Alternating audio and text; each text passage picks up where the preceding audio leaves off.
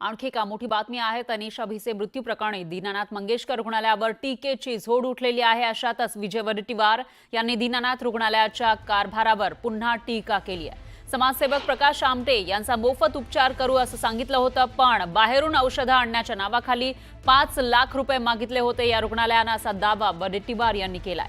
त्याचबरोबर विदर्भ साहित्य संघाच्या उत्सवात लता मंगेशकर यांनी मोफत गायन करण्याचं आश्वासन दिलं होतं, पण नंतर 22 लाख रुपयांचा खर्च सांगण्यात आला, म्हणून कार्यक्रम रद्द करावा लागला असंही वडेट्टीवार म्हणाले.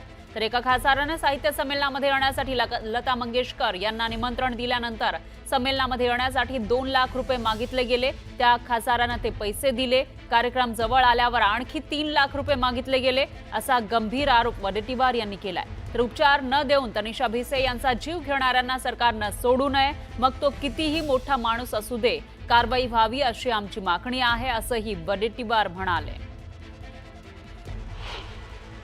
प्रकाश भाऊ आमटे एक समर्पित आदिवासी समाजासाठी सेवेसाठी जीवन जगणारे, समाजासाठी जीवन थोर समाजसेवक. त्यांना ज्यावेळेस कॅन्सर डिटेक्ट झाला, तो त्यावेळेस त्यांना ॲडमिट केलं गेलं आणि एका मध्यस्थीने त्यांना विचारलं, त्यांच्या मॅनेजरला दीनानाथच्या. त्यावेळेस ते म्हणाले की ॲडमिट करा, आम्ही प्रकाश आमटेंच्याकडून, प्रकाश भाऊ आमटेकडून एकही रुपया आम्ही घेणार नाही आणि मोफत उपचार करू. त्यांना ॲडमिट केलं गेलं, उपचार सुरू झाला. नंतर त्यांनी बाहेरून काही औषधी मागवावे लागतील म्हणून त्यांच्या आप्तेष्टाकडून 5 लाख रुपये हॉस्पिटलमध्ये जमा करायला लावले. विदर्भ साहित्य संमेलन त्या कार्यक्रमाच्या मंचावर लता दीदींनी सांगितलं होतं की आम्ही विदर्भ साहित्य संमेलनासाठी मी गायला तयार आहे आणि मोफत. तिकडून निरोप आला की आम्हाला पंचतारांकित हॉटेलमध्ये आमची सोय करा, आमच्या वाद्य जे संच आहेत त्यांनाही पैसे द्यावे लागतील आणि स्पेशल फ्लाईट करावं लागेल.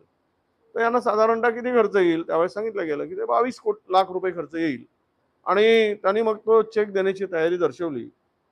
त्यावेळेस त्या तिकडनं हृदयनाथ मंगेशकरांनी यावेळेस सांगितलं की तुम्ही जे पैसे देताय ते आम्हाला चेकनी नको आहे, तर आम्हाला कॅशनी द्या. त्यावेळेस कॅशनी द्या म्हणून सांगितलं, तर हे म्हणाले की नाही आमची संस्था आहे, रजिस्टर्ड संस्था आहे, ऑडिट होतं, तर आम्ही कॅश देऊ शकत नाही. त्यावेळेस लता दीदीशी संपर्क केला गेला आणि लता दीदींनी सांगितलं की असं असं आहे. लता दीदींना विचारलं गेलं, ते म्हणले की तुमचं तुम्ही बघा, पण ते हृदयनाथजी बाळा म्हणतायत, त्याला बाळ म्हणायची लता मंगेशकर, बाळ म्हणतायत त्या पद्धतीनं ते करा, पैशाशिवाय आम्ही गाणार नाही, हा त्यातला उद्देश होता. पुन्हा एक उदाहरण मी सांगेल. परभणीला साहित्य संमेलन होतं. नारायण सुर्वे त्या साहित्य संमेलनाचे अध्यक्ष होते, नारायणराव सुर्वे. आणि आशाताई भोसलेंच्या बरोबर त्यांना त्या कार्यक्रमामध्ये गायनाचा कार्यक्रम ठरवायचं ठरवलं आणि तिथले त्यावेळेचे खासदारचं नाव मला आठवत नाही, ते खासदार त्यावेळेस आशा दिदींच्याकडे गेले आणि आशा दिदींना भेटून त्यांनी सांगितलं की तुम्ही कार्यक्रमाला निमंत्रण आहे, तुम्ही या. तर त्या बदल्यात त्यांनी सांगितलं की आम्हाला तुम्ही या बदल्यात मी येते आहे, पण मला 2 लाख रुपये द्यावे लागतील गायनाचे साहित्य संमेलनामध्ये. आणि त्याप्रमाणे त्या खासदार महोदयांनी, अध्यक्ष महोदयांनी त्यावेळेस दिले. नंतर कार्यक्रम जवळ आल्यावर पुन्हा निरोप आला की पुन्हा 3 लाख रुपये लागतील. दीनानाथ मंगेशकरांच्या 7व्या माळ्यावर, दीनानाथ मंगेशकरांच्या 7व्या माळ्यावर मंगेशकर कुटुंबियासाठी ते राखीव आहे. त्या तिथे तेवढंच त्यांच्यासाठी आप्तेष्टांचा उपचार होतो. हे चॅरिटी हॉस्पिटल आहे. पेशंट तपासणीला आला की 20 रुपये घ्यावे लागतात, इथे 600 रुपये मोजावे लागतात.